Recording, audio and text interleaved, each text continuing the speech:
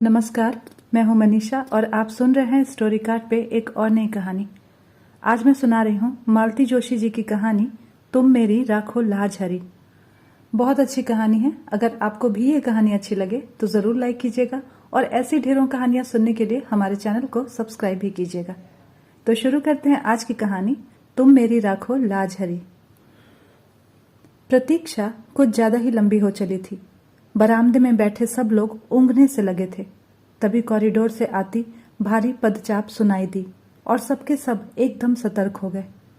यह अस्पताल की चिर परिचित सिस्टर लोगों की सौम्य किंतु सधी हुई पदचाप नहीं थी, बल्कि पुलिस के जूतों की भारी भरकम आवाज थी। पुलिस का वह सिपाही हमारे सामने से गुजरता हुआ बाहर निकल गया। कुछ ही पल बाद वह लौटा तो अकेला नहीं था, इंस्पेक्टर शुक्ला भी उसके साथ थे। होश में आ गई है शायद, एक सम्मिलित स्वर उभरा। संभवतः मैं उठ खड़ी हुई, पर मुझे इशारे से वहीं रोक दिया गया। मन मारकर मैं बैठ गई। अब सबकी चौकन्नी नजर मुझ पर थी।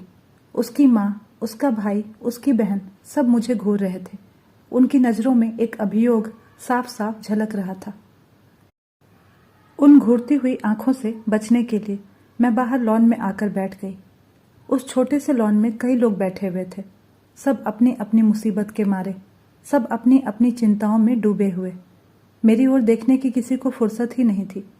कोई नहीं जानता था कि यहाँ जो औरत बैठी हुई है वह कल तक एक शहीद की माँ थी, पर आज मैं क्या हूँ यह तो संध्या का बयान ही तय करेगा। उसके परिजनों की आंखों में अगर अविश्वास, संशय या तिरस्कार है तो वह अस्वाभाविक नहीं है। संध्या को आत्महत्या के लिए प्रेरित करने के लिए अगर वे मुझे उत्तरदायी मान रहे थे तो इसमें कोई आश्चर्य नहीं था। सास बहू का रिश्ता विवादास्पद होता ही है। फिर एक युवा सुंदर विधवा बहू के साथ तो लोग सामान्य रिश्ते की कल्पना भी नहीं कर सकते। खासकर बहू के नाम पर बैंक में एक मोटी रकम जमा हो तो यह संदेह और भी गहरा हो जाता है। ऐसी बहू के प्रत्याहरण का मोह शायद बहू तेरी सासों को होता होगा, पर मुझे विश्वास था कि संध्या मुझ पर यह तोहमत नहीं लगाएगी। इतना बड़ा झूठ वह नहीं बोल पाएगी। लेकिन अगर वह सच बोल गई तो तब उस शर्म को मैं कैसे झेल पाऊंगी। उस सच से तो कोई भी झूठ बेहतर है। मैं तो परमात्मा से प्रतिक्षण यही माना रही हूं कि भले ही वह मुझे कटघरे में खड़ा कर दे, पर सच न बोले। कल सुबह से मैं यहाँ अस्पताल में बैठी हूँ। खबर पाते ही बंबई से उसकी माँ और भाई तथा दिल्ली से उसकी बहन आ पहुंची है। मेरी बेटी सविता भी लखनऊ से चल पड़ी है। अड़ोसी पड़ोसी, नाते रिश्तेदार अस्पताल के चक्कर लगा रहे हैं। बारी बारी से आकर कुशल क्षेम पूछ रहे हैं।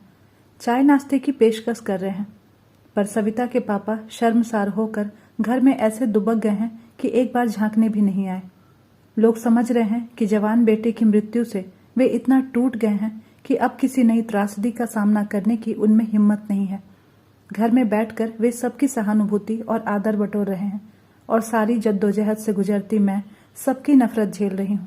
संदेह भरी नजरों से छलनी हो रही हूँ। इस हादसे के बाद मैंने प्राणपण से चाहा था कि संध्या अपने परिवार में वापस लौट जाए। मैंने बार बार यह संकेत दिया था कि हमें उसके रुपए पैसे से कोई मोह नहीं है। वह सब कुछ अपने साथ ले जा सकती है। उसके वहां रहने पर भी इस घर पर, यहाँ की धन संपत्ति पर उसका हक बना रहेगा। अपना बुढ़ापा हम अकेले काट लेंगे। बस हमें इस जिम्मेदारी से मुक्त कीजिए। इस जिम्मेदारी के चलते तो मैं बेटे का रोना भी भूल गई थी। जब उन लोगों की ओर से कोई पहल नहीं हुई तो मुझे ये निर्णय लेना पड़ा। सविता के साथ मैंने उसे पूरे साजो सामान के साथ बंबई भेज दिया। उसके बैंक खाते के स्थानांतरण की व्यवस्था भी कर दी। लेकिन 15 दिन भी नहीं बीते थे कि वह बैरंग चिट्ठी की तरह वापस लौट आई। साथ में उसकी माँ भी थी। समधिन ने हाथ जोड़कर कहा, बहन जी, आपका इतना बड़ा घर है, लड़की कहीं भी पड़ी रहेगी, आपकी सेवा करके जिंदगी गुजार देगी। यह घर तो उसी का है, वह जब चाहे यहाँ आ सकती है। आपने कुछ अच्छा ही सोचा होगा, मैं जानती हूँ। घर की बात बाहर उछालनी नहीं चाहिए, पर आप तो अपनी हैं, आपसे क्या छिपाना। इसके पिता की मृत्यु के बाद उस घर में बहू का राज हो गया। राज क्या है, पूरा रावण राज है। हम माँ बेटी ने कैसे दिन गुजारे हैं मैं जानती हूँ। इसलिए मैंने इसकी पढ़ाई भी पूरी नहीं होने दी, जल्दी शादी कर दी। सोचा था कि अपने घर में सुख से रहेगी, पर भाग्य में हो तब तो। उसकी शादी के खर्च को लेकर बहू जब तब ताने देती है। अब अगर वह हमेशा के लिए आ गई तो वह हमारा जीना मुश्किल कर देगी। लेकिन वहां रहने की जरूरत ही क्या है, हम लोग एक अच्छा सा फ्लैट ले लेंगे। आप उसके साथ बनी रहिए, हमें भी फिक्र नहीं रहेगी। लेकिन मैं तो सब दिन बैठ ही नहीं रहूंगी। उसके बाद बहन, हम भी कोई अमर पट्टा लेकर नहीं आए हैं। जाना तो हमें भी है और जितनी जल्दी चले जाएं उतना अच्छा। पर जाने से पहले उसका ठिकाना करके जाना है। अच्छा घर वर देख कर उसकी फिर से शादी कर देनी है। इतनी बड़ी पहाड़ सी जिंदगी वह अकेले कैसे काटेगी? तो बहन जी, यह काम भी तो आप ही कर सकती हैं ना। भाई साहब आपके साथ हैं, मेरे पास तो कोई साधन भी नहीं है। इसके भाई भाभी अगर लालच में आ गए तो दूसरी शादी होने भी नहीं देंगे। जिंदगी भर इसके पैसों पर कुंडली मार कर बैठ जाएंगे। आपको अपने बेटे पर जरा भी एतबार नहीं है? बेटा अपना तो है, पर बहू तो पराए घर से आई है। बेटा भी अब उसी की आंख से देखता है, उसी के कान से सुनता है। अपना दिल दिमाग सब उसकी बीवी के पास उसने रख छोड़ा है। इसके बाद कुछ कहने का सवाल ही नहीं था। एक कोशिश मैंने और की। उसकी डॉक्टर बहन के सामने भी प्रस्ताव रखा था। यूं तो वह संध्या से 10 साल बड़ी थी, पर बहन बहन ही होती है, कुछ तो लगाव होगा ही। हमारी तुलना में तो वह ज्यादा अपनी होगी। हम लोगों का साथ कितना, कुल जमा 1.5 साल। उससे भी आधे दिन वह पति के साथ या फिर पीहर में ही रही थी। लेकिन उसकी बहन ने भी मेरा अनुरोध स्वीकार नहीं किया। बोली, आंटी जी, डॉक्टर हूं मैं, 15 घंटे बाहर रहती हूँ। कभी कभार रात को भी जाना पड़ जाता है। इनका क्लिनिक घर पर ही है। अब कभी कोई ऊंच नीच हो गई तो मुसीबत हो जाएगी। मतलब वह कोई खतरा मोल लेना नहीं चाहती थी। अब मैं उसे कैसे समझाती कि इसी ऊंच नीच का तो मुझे भी डर है, इसीलिए तो मैं तुम सबकी इतनी चिरौरी कर रही हूँ। कैसे कहती कि औरत, खासकर अकेली औरत, इनकी कमजोरी है। पर अपने पति के बारे में यह सब कहना अपने आप को गाली देने जैसा है। इसीलिए तो सारी उम्र ओट सी कर इस दर्द को पीती रही हूँ। जानती हूँ जब पुरुष की नीयत खराब होती है तो जाति, उम्र, रिश्ते, सारी चीजें गौण हो जाती हैं। इसके चलते मैंने कितनी नौकरानियों को भुगता है मैं ही जानती हूँ। रिश्तों की, बहनों और नंदों की मैंने मजबूरन चौकीदारी की है। पड़ोसिनों से भी कभी दुआ सलाम के आगे संबंध नहीं बढ़ने दिए। पूरी जिंदगी बहुत चौकस रही हूं मैं। घर की इज्जत पर आंच नहीं आने दी। पर अब मुझसे यह सब नहीं हो सकेगा। टूटा हुआ मन और थका हुआ शरीर लेकर मैं पराई लड़की की जिम्मेदारी कैसे संभाल पाऊंगी? मेरा मन उसी दिन कांप गया था जब शोक से बेहाल संध्या को इन्होंने अपने अंक में भर लिया था। दुख की उस कातर घड़ी में सोचने समझने की शक्ति लुप्त हो गई थी। फिर भी वह दृश्य मेरे अवचेतन में उतर गया था। अपनी सूजी हुई आंखें लेकर सविता ने उसी क्षण मेरी ओर देखा था। पल भर को हमारी नजरें मिली थी और उसने तुरंत आगे बढ़कर संध्या को गले से लगा लिया था। बेचारी लड़की अपने पापा के चरित्र के इस पहलू को जानती है, इसीलिए अतिरिक्त रूप से सजग रहती है। घरेलू पार्टियों में जब पापा ज्यादा बेतकल्लुफ होने लगते थे तो वह वृतृष्णा से मुंह फेर लेती थी। पापा अगर उसकी सहेलियों की चोटी खींचते, पीठ पर धौल जमाते या गाल में चिकोटी लेते तो उसका चेहरा तमतमा जाता। मुझसे अक्सर कहती, मम्मा स्कूल में आप ही आया करो। पापा बिना बात के मैम की साड़ी वाड़ी की तारीफ कर देते हैं, बड़ा ऑकवर्ड लगता है। मैंने कितनी बार कहा है कि हम लोग अंग्रेज नहीं हैं। हमारे यहाँ किसी महिला के कपड़ों की तारीफ करना, हेयर स्टाइल या चूड़ी बिंदी पर कमेंट करना अच्छा नहीं समझा जाता। पर इन्होंने कभी मेरी बात नहीं मानी, उल्टे मुझ पर बिगड़ते। तुम्हारा तो दिमाग ही खराब है, हर बात का गलत मतलब निकाल लेती हो। तो संध्या का मेरे पास रहना अब तय हो गया था। मुझे लगा जैसे मैंने अपने आंचल में अंगार भर लिए हैं। 15-20 दिन सविता को मैंने रोक लिया। वह साये की तरह संध्या के साथ बनी रही। पर वह भी कितने दिन रहती?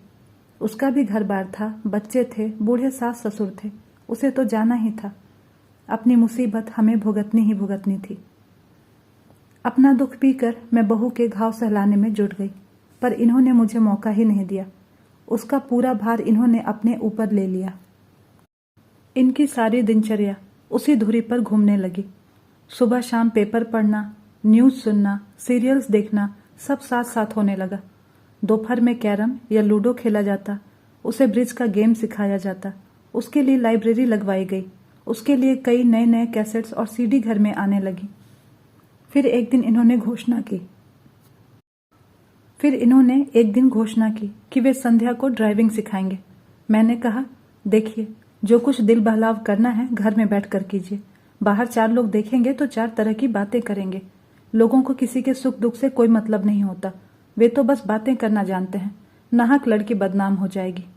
तो वे एकदम भड़क गए। क्या दकियानुसी सासों की तरह बात करती हो? जिंदगी भर क्या उसे घर में कैद करके रखोगी?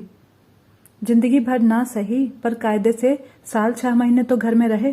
फिर अपनी ही बात काट कर मैंने कहा, हम लोग उसे कॉलेज में दाखिला क्यों नहीं दिलवा दें? वह अपनी छुट्टी हुई पढ़ाई पूरी कर लेगी। कल को अगर नौकरी करनी हो तो हाथ में ढंग की डिग्री तो होनी चाहिए। नौकरी क्यों करेगी? क्या तुम्हारे घर में उसके लिए खाने को नहीं है? ओहो, नौकरी की बात तो मैंने यूं ही कह दी थी। मैं तो यह कह रही थी कि कॉलेज जाएगी, थोड़ा खुली हवा में सांस लेगी, हम उम्र लोगों के बीच रहेगी तो इससे उसे भी अच्छा लगेगा। हम लोग लाख कोशिश करें, उसकी उम्र के तो नहीं हो सकते ना। बल्कि मनीष की मृत्यु ने तो मुझे 10 साल और आगे लाकर पटक दिया है। लिहाजा यही तय हुआ, संध्या अब कॉलेज जाने लगी। उसे एमए इंग्लिश में दाखिला मिल गया। शाम को 5 से 6 तक एक कंप्यूटर क्लास ज्वाइन कर ली गई। दोनों जगह उसे लाने और ले जाने का जिम्मा इन्होंने ले लिया। मैं कहती कि उसे एक स्कूटी दे दो ना, इस उम्र में यह बेगार आप कब तक ढोएंगे? पर वे कहते, मुझे और भी काम क्या है, इतना समय कट जाता है, आने जाने से थोड़ी ड्राइविंग भी सिखा देता हूँ और 2 व्हीलर तो मैं आज ही उसे ले दूँ, पर कॉलेज इतनी दूर है कि उसके घर लौटने तक हमारी जान सांसत में पड़ी रहेगी। आजकल के लड़के भी कम शरारती नहीं होते। मैं जाता हूँ तो थोड़ा रौब रहता है, ज्यादा बदतमीजी नहीं करते। इन्होंने तो अपना वक्त बांध लिया था, पर मेरा समय काटे नहीं करता था। 3 प्राणियों के परिवार में मैं एकदम अकेली पड़ गई थी। गृहस्थी से मन उचट गया था, फिर भी उसे ढोना पड़ रहा था। भूख प्यास सब गायब हो गई थी, फिर भी दोनों वक्त रसोई में सिर देना ही पड़ता था।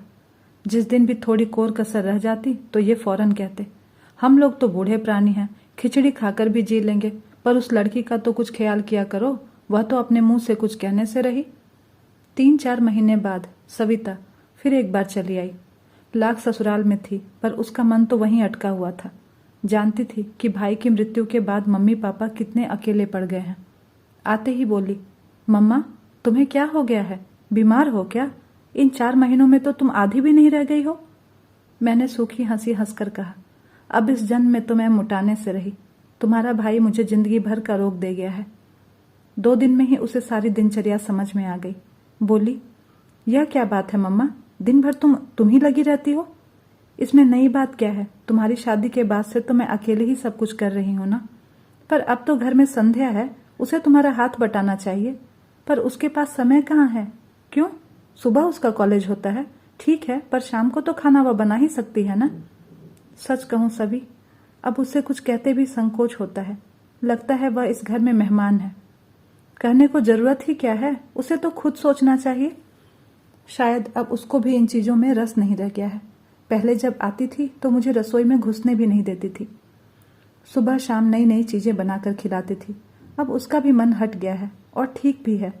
यह उसकी गृहस्थी तो नहीं है, वह तो बस समय काट रही है। और सच तो यह है कि हम सब अपना समय काट रहे हैं।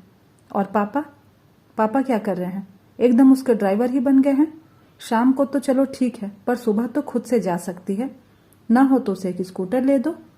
यह बात तुम अपने पापा से ही कहना। और सचमुच इस बार वह डरी नहीं, सवाल ही कर डाला। बोली, पापा हमें तो याद नहीं आता कि आपने हमें कभी कॉलेज छोड़ा हो या लेने आए हो। अब तो आप जैसे ने आपने ड्यूटी ही लगा ली है। इन्होंने एक बार घूर कर मेरी ओर देखा और फिर कहा, बेटा जब तुम पढ़ती थी ना तब मेरे पास समय नहीं था और ना गाड़ी थी। अब तो मेरे पास समय ही समय है। मैं तुम्हारी माँ की तरह 24 घंटे ठाकुर जी के सामने ध्यान लगाकर तो नहीं बैठ सकता। मुझे भगवान से नफरत हो गई है। सारे व्रत अनुष्ठानों पर से मेरा विश्वास उठ गया है, इसीलिए मैं अब अपनी शांति कहीं और खोजता हूँ। एक बात और सभी, तुम्हारी अपनी एक भरी पूरी दुनिया है और यह लड़की बिल्कुल अकेली है। मैं उसका अकेलापन बांटने की कोशिश करता हूँ और उसका तो एक बहाना है। सच तो यह है कि मैं अपना ही अकेलापन बांटने की कोशिश कर रहा हूँ। आखिरी बात कहते कहते इनका स्वर कातर हो आया था। हम दोनों शर्म से जैसे पानी पानी हो गई। अपने दुख को सहलाते हुए हम भूल ही गई थी कि मरने वाला इनका भी तो कोई था। वह इनकी भी आंखों का सपना था, बुढ़ापे की लाठी था, कलेजे का टुकड़ा था। हम लोग तो रोग आकर अपना दुख हल्का कर लेती हैं, पर ये पुरुष होने की व्यवस्था को ढो रहे हैं। सारा हाहाकार मन में ही दबाए बैठे हैं। उस अश्रुसिक्त बेला में मैंने इनके सारे अपराध क्षमा कर दिए। नवंबर में नेहा की शादी निकल आई। इकलौती ननद की इकलौती बेटी की शादी थी। अपना सारा शौक समेटकर हमें भात की तैयारी में जुट जाना पड़ा। जब पहली बार खरीदारी के लिए निकली तो लगा जैसे युगों बाद घर की चारदीवारी से बाहर आई हूं।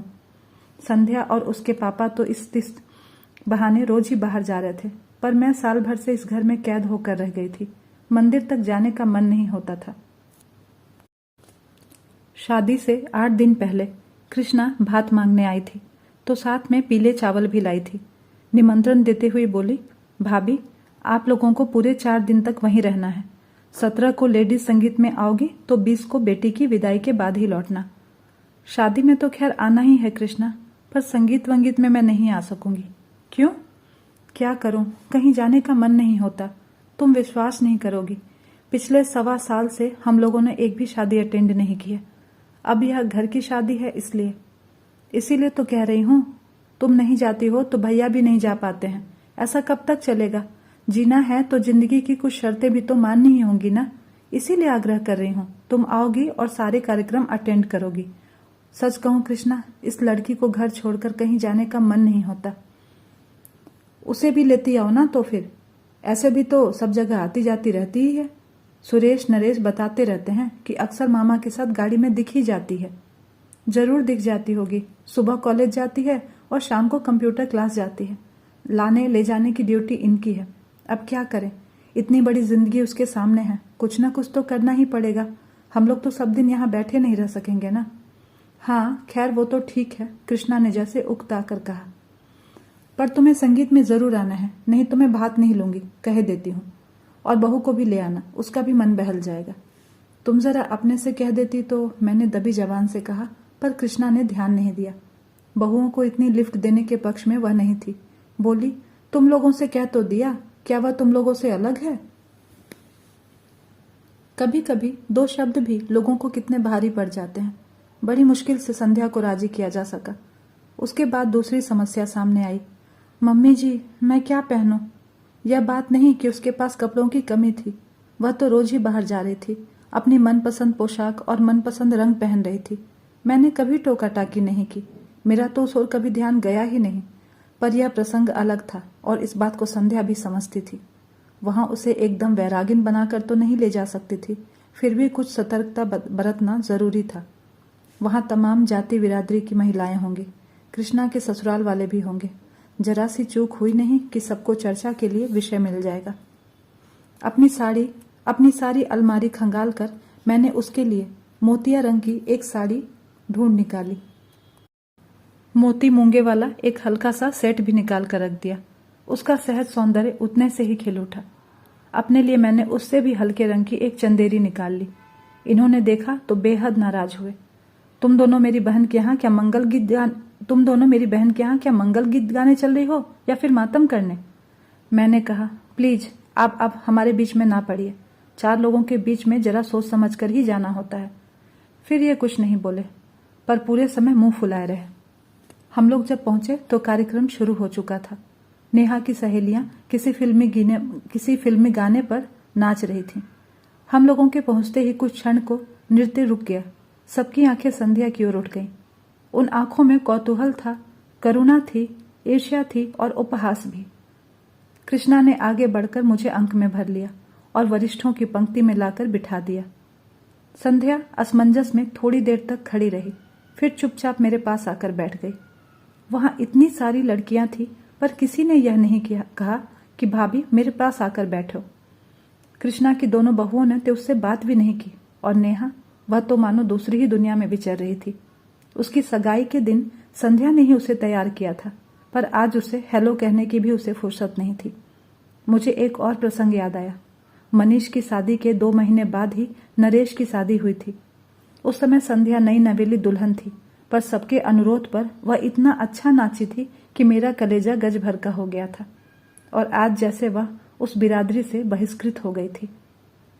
करीब 9 बजे के आसपास इन्होंने मुझे बुलाया और बोले, ये गाना बजाना तो शायद 12 बजे तक चलेगा, मैं निकलता हूँ, सुरेश या नरेश कोई तुम लोगों को छोड़ देगा। आपका खाना, पुरुषों की पंगत हो चुकी है, अब तुम लोग आराम से खाती पीती रहना। तभी देखा संध्या मेरे पीछे आकर खड़ी हो गई है। धीरे से बोली, मम्मी जी मैं भी पापा के साथ चली जाऊं। एक क्षण मन में दुविधा सी हुई, पर मैंने देखा उसकी आंखें एकदम डबडबाई सी थीं। लगता था जैसे अब बरसी की तब बरसी। जाओ, मैंने कहा और वे दोनों चले गए। वापस आकर बैठी तो कृष्णा की ननद ने पूछा, बहू रानी चली गई? हाँ, मैंने कहा और अनायास मेरा आक्रोश फूट पड़ा। बैठकर करती भी क्या? ना उसे मेहंदी रचानी थी, ना महावर लगवाना था, ना गाना बजाना था और ना ही ठुमके लगाने थे। जिसके लिए आई थी वह तो अपने में ही मगन है। उसने भाभी की ओर झांका भी नहीं। सुरेश और नरेश की बहुएं उससे ऐसे छिटक रही थी जैसे छू जाएंगी तो अनर्थ हो जाएगा। इतनी लड़कियां हैं यहाँ पर किसी ने पास बैठने तक के लिए नहीं कहा। बेचारी बड़ी बूढ़ियों के बीच बैठी रही। वह तो आने के लिए कतई तैयार नहीं थी। मैं ही जबरदस्ती लिवा लाई थी और अब पछता रही हूँ। नाहक उसके घाव मैंने हरे कर दिए। और यह सब कहते हुए पता नहीं मैं कब सुबकने लगी। घाव संध्या के ही नहीं, मेरे भी हरे हो गए थे। मनीष की मृत्यु का यह नया पहलू अपने भयावह रूप में मेरे सामने आया था और मैं दहल गई थी। उधर कृष्णा की जेठानी भुनभुना रही थी। शादी वाले घर में रो रोकर असगुन कर रही हैं। इन्हें किसने बुला लिया? मैंने बुलाया है, कृष्णा ने कड़क कर कहा। भाभी है मेरी, नहीं आ रही थी, फिर भी जिद करके लाई हूं। क्या पता था? प्लीज कृष्णा, मैंने उसका हाथ पकड़ लिया। मैं पहले ही बहुत शर्मिंदा हूं, मुझे और शर्मिंदा मत करो। इसके बाद महफिल तो एक तरह से उखड़ गई थी। फिर भी खाते खिलाते 12 बज गए। उन लोगों ने शादी के लिए एक वैन ले रखी थी, उसी से सबको घर घर छोड़ा। बेल बजाते हुए सोच रही थी कि ये छूटते ही पूछेंगे, इतनी जल्दी कैसे आ गई? पर मैं कुछ बताऊंगी नहीं, मुझे ही डांट पड़ेगी कि वहां तमाशा करने की क्या जरूरत थी। पर इन्होंने कुछ नहीं पूछा। दरवाजा खोलकर चुपचाप बिस्तर पर चले गए। रोज 12 बजे तक चलने वाला टीवी भी आज बंद था। कपड़े बदलते हुए देखा, इनके बाएं हाथ पर पट्टी बंधी हुई थी। मेरी पुरानी साड़ी को फाड़कर बेतरतीब सी बांधी हुई थी। यह हाथ में क्या हुआ? कट गया। कैसे? थोड़ी देर ये चुप रहे, फिर बोले, दरवाजे में आ गया था। दरवाजे में? कैसे? इन्होंने कोई उत्तर नहीं दिया। करवट बदल कर लेट गए। ठीक तो है, जब हमें कोई तकलीफ होती है तो किसी की पूछताछ अच्छी नहीं लगती। कुछ लगाया था? डेटॉल लगाया था। इनके स्वर में बेजारी थी। बाथरूम जाते हुए देखा, खून के छींटों की एक कतार सी थी। वॉश बेसिन में भी छींटे थे। शायद पानी की धार के नीचे हाथ रखा होगा। फिर कुछ पूछने का मन हुआ, पर इनकी नाराजगी के डर से मैं चुप रही। बाल्टी में साबुन घोलकर मैंने पूरे फर्श पर पोछा सा लगा दिया। पोछा लगाते हुए अचानक याद आया, संध्या सो गई? पता नहीं, उसने कुछ खाया कि नहीं? वहां से तो वैसे ही चली आई थी। पता नहीं, तुम ही पूछ लो। मुझे आश्चर्य हुआ। और दिन तो मुझसे ज्यादा इन्हें इसकी फिक्र रहती है। उसकी सुख सुविधा का ध्यान मुझसे कहीं ज्यादा यही रखते थे। कई बार तो इस बात पर हम लोगों की झड़प भी हो जाती थी। मैंने दोबारा इनसे कुछ पूछना ठीक नहीं समझा। खुद ही उसके कमरे में चली गई। दरवाजा बंद था। संध्या सो गई क्या? मैंने आवाज लगाई, पर शब्द जैसे मुंह में ही जम गए। संध्या के दरवाजे के पास भी खून की बूंदें थी, जो हमारे कमरे तक चली आई थी। मेरा माथा ठनका, पर मैं कुछ नहीं बोली। चुपचाप एक बाल्टी उठा लाई और पोंछना शुरू कर दिया।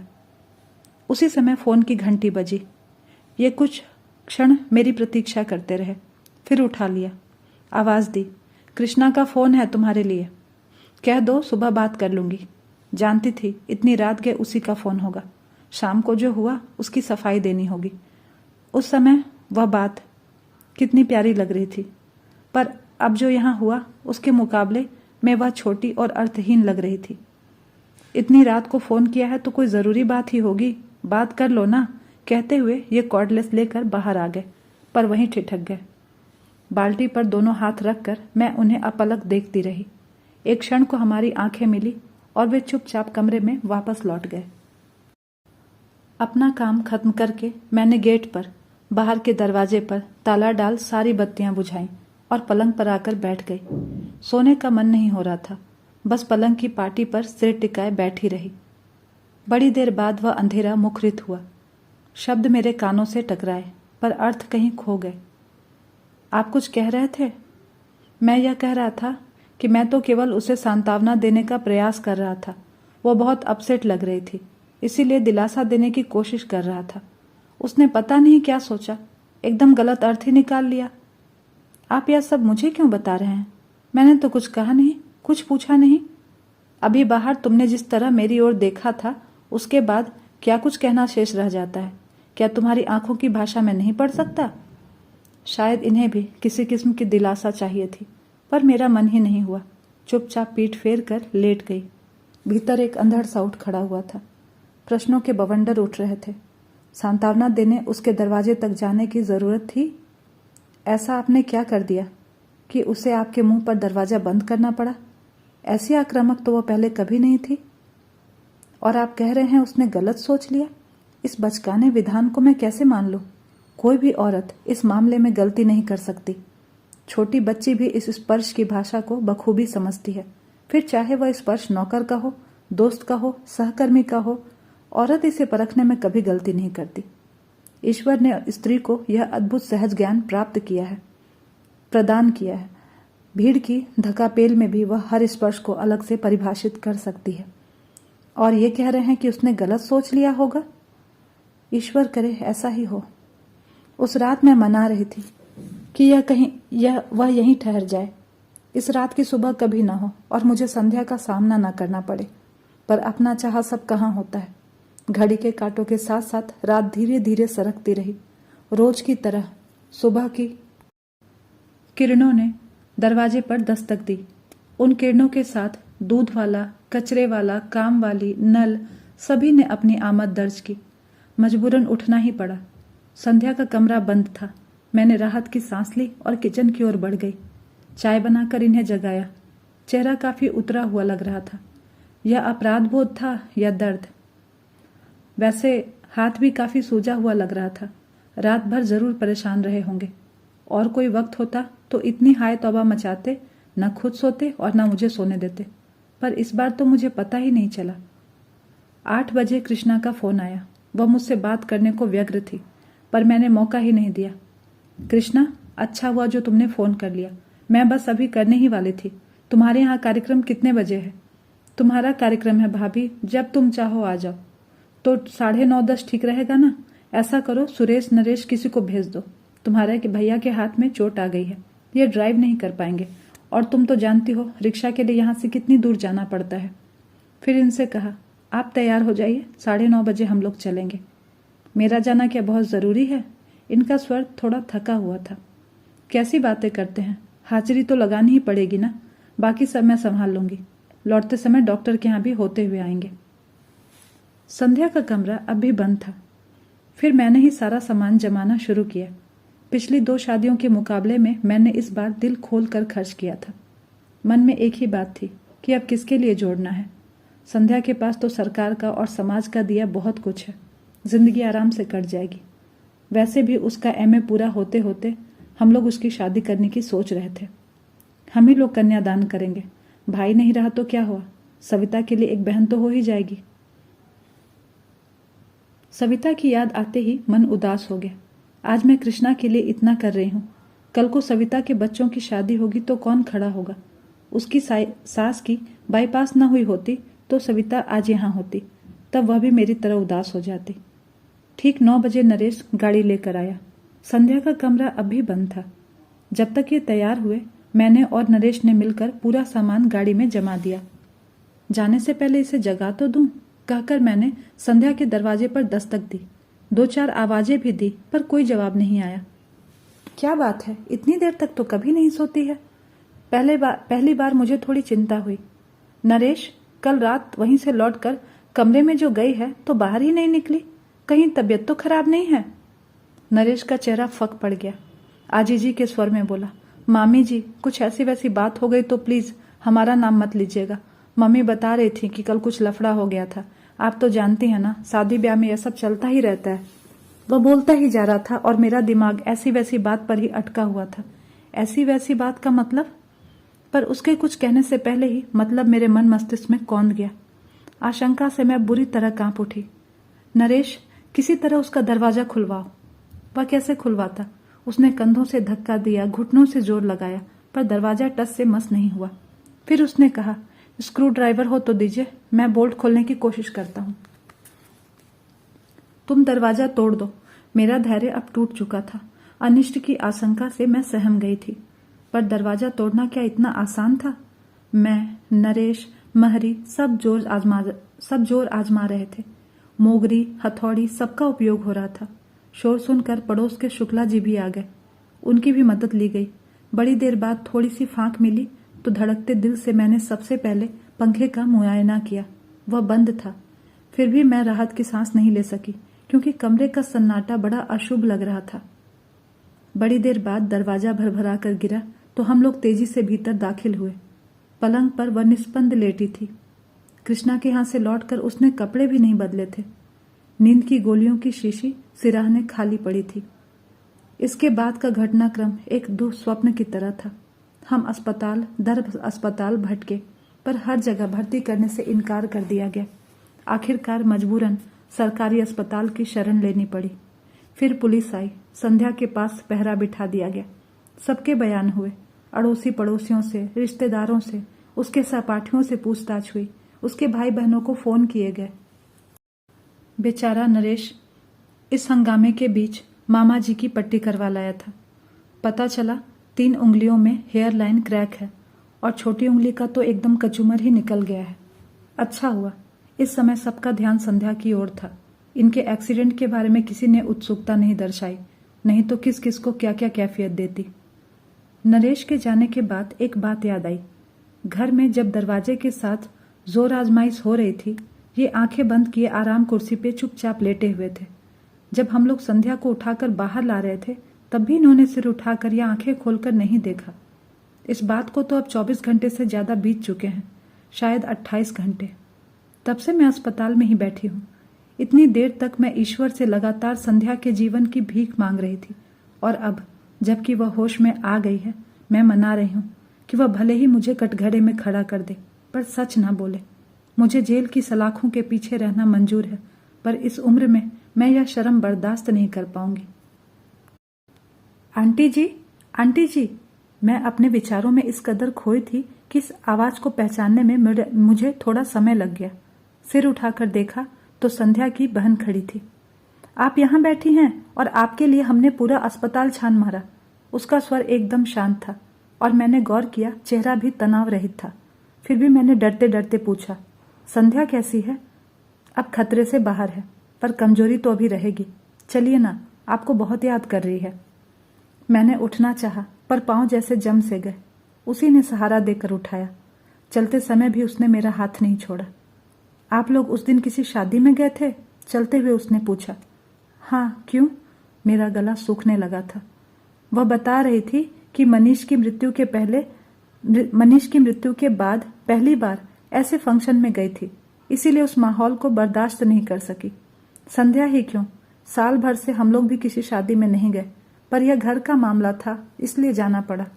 वही तो, आप दोनों की बड़ी तारीफ कर रही थी। कह रही थी कि आप लोगों ने उसे कभी एहसास ही नहीं होने दिया कि वह विधवा है, इसीलिए वह भी इस सच को भूल सी गई थी। पर जब शादी में इस सच का सामना करना पड़ा तो उसे धक्का लगा, वह सह नहीं पाई। यह तो कहिए कि समय से इलाज हो गया, वरना। ईश्वर तेरा लाख लाख शुक्र है, मैंने दोनों हाथ जोड़कर कहा। मेरे हाथ कांप रहे थे, आवाज लरज रही थी, पैर जवाब दे रहे थे। 2 दिनों की भूख, प्यास, अनिद्रा और दुश्चिंता सब एकदम मुझ पर हावी हो गए थे। 2 कदम चलना मेरे लिए दूभर हो गया था। लड़खड़ा कर मैं वहीं एक बेंच पर धम्म से बैठ गई। मुंह से बस इतना ही निकला, thank you Sandhya, thank you so much. तो दोस्तों, ये थी मालती जोशी जी की कहानी तुम मेरी राखो लाज हरी। आशा करती हूँ आपको ये कहानी जरूर अच्छी लगी होगी। धन्यवाद।